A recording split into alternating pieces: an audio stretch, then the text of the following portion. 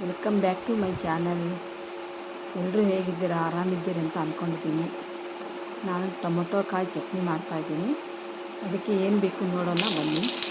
ನಾನು ಮೊದಲಿಗೆ ಒಂದು ಬಾಣಲಿಗೆ ಆಯಿಲ್ ಹಾಕಿ ಟೊಮೊಟೊ ಕಟ್ ಮಾಡಿ ಮತ್ತು ಹಸಿಮೆಣಸು ಎರಡು ಹಾಕಿ ಫ್ರೈ ಮಾಡ್ತೀನಿ.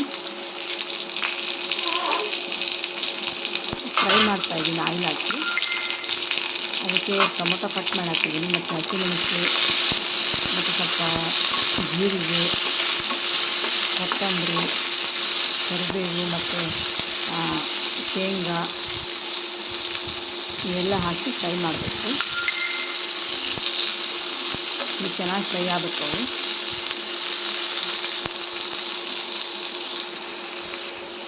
ಈ ಥರ ಆಗಬೇಕು.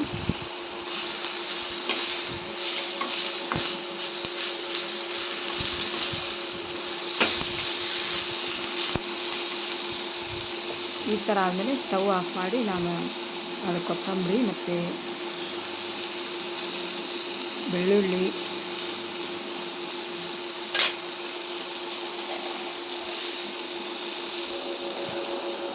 ಶೇಂಗಾ, ಹುರಿದಿರೋ ಶೇಂಗಾವು,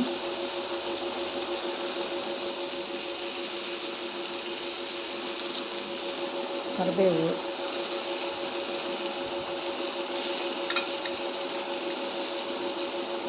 ಜೀರಿಗೆ,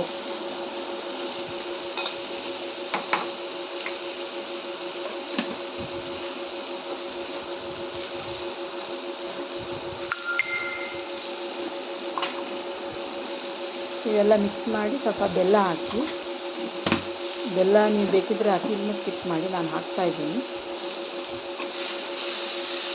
ಮಿಕ್ಸ್ ಮಾಡಿ ಜಾರಿಗೆ ಹಾಕಿ ಚಟ್ನಿ ರೆಡಿ ಆಗುತ್ತೆ.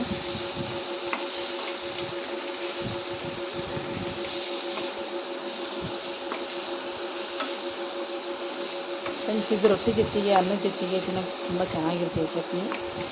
ಒಂದ್ಸಲ ಟ್ರೈ ಮಾಡಿ ನೋಡಿ.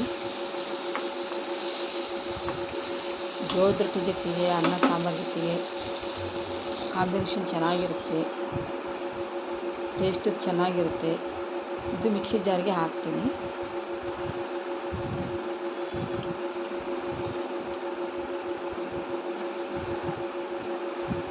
ಫುಲ್ ನೈಸಾಗಿ ತಿರುಗಬೇಡಿ, ಸ್ವಲ್ಪ ತರಿಯಾಗಿದ್ರೆ ಚೆನ್ನಾಗಿರುತ್ತೆ. ನೈಸಾರ ಅಷ್ಟು ಟೇಸ್ಟ್ ಇರಲ್ಲ, ಸ್ವಲ್ಪ ತರಿಯಾಗಿದ್ದರೆ ಚೆನ್ನಾಗಿರುತ್ತೆ.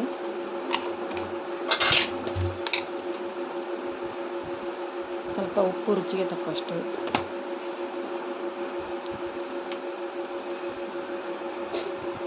ಆಯಿತು ನೋಡಿ ಫ್ರೆಂಡ್ಸ್.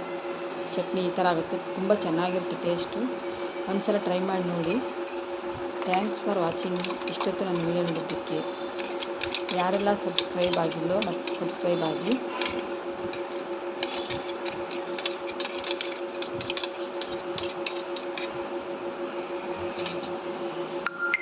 ಆಯಿತು ನೋಡಿ ಫ್ರೆಂಡ್ಸ್, ರೆಡಿ ಆಯಿತು ಚಟ್ನಿ. ಟ್ರೈ ಮಾಡಿ ನೋಡಿ ಒಂದು ಸಲ. Thanks for watching.